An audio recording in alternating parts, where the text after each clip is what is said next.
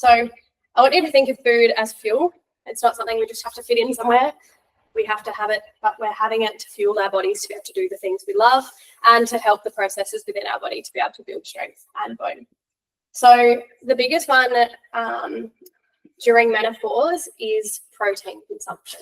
But from a protein perspective, we're looking between 1.8 to 2.3 grams per kilogram per day.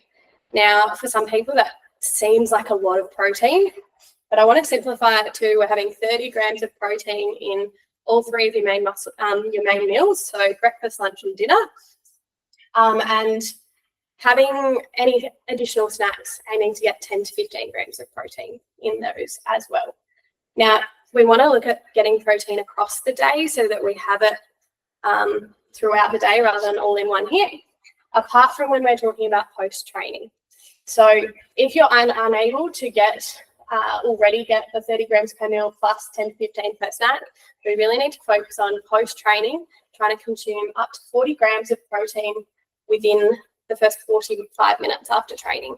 Now, this really optimizes our muscle resynthesis and sort of kickstarts the process to start building muscle mass and going from there. I want you to think, when we're talking protein, I'm not just thinking meats. So obviously we've got meats, we've got red meats, poultry, eggs, fish, legumes, beans, green leafy vegetables, nuts, so we eat tofu. So there is lots of options for different types of foods, and we're not talking, if I give an example of a chicken breast, for example, if a 100-gram chicken breast has approximately 30 grams of protein, if you add some vegetables on that and have some rice or some legumes or something with it, there we've easily got a nice big 40 grams of protein in one meal post-training. There is, if you're really struggling, there is options for supplementation as well. So you can find whey protein is the one we're looking for. It's often sold at many supermarkets and chemists and things.